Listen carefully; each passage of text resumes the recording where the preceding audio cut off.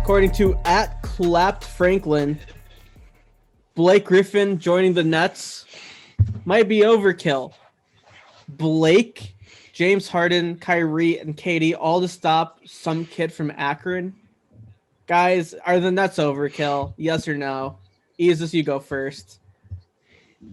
So, when the news broke that Blake Griffin was going to join the Nets, every Lakers fan or every fan that wasn't a Nets fan was talking about how Blake Griffin has made the league unfair, how the signing of Blake Griffin was the missing piece for the Nets, and I just don't see it.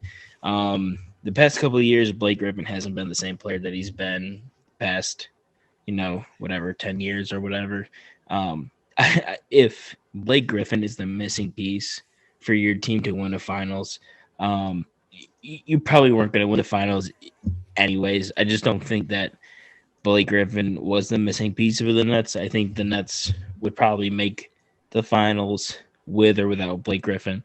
I think he just adds some depth, and just LeBron fans are insecure about the Nets already big three and now big four.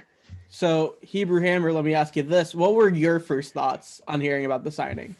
I mean, he's probably going to start. He's probably going to average, 20 minutes per game. It's not anything huge or anything. But, to Elias's point, those same people that made Twitter explode right after, those same people were literally saying, they were laughing at the James Harden trade, saying how it wasn't going to work and how, the Lakers are still going to beat them and stuff like that. But then Blake Griffin, who's 34 years old, can't even dunk anymore.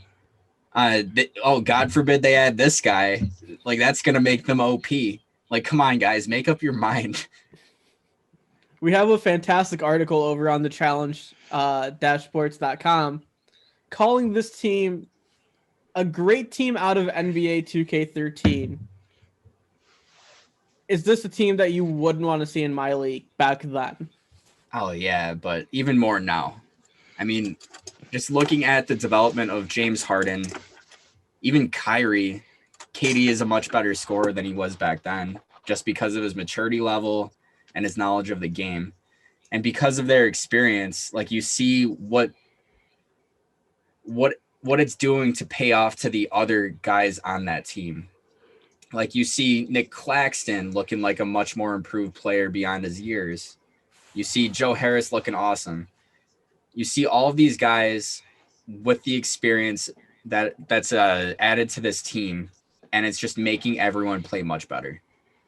Back then, those guys were young guns. They didn't really understand the fluidity of the game yet. So it's pretty nice to see all of these guys. I would beat this team with the Sacramento Kings on 2K, and it would be 150 to 56. Incoming 50 piece from Rashawn Holmes. I would destroy the team in 2K. I would not be scared about this team at all.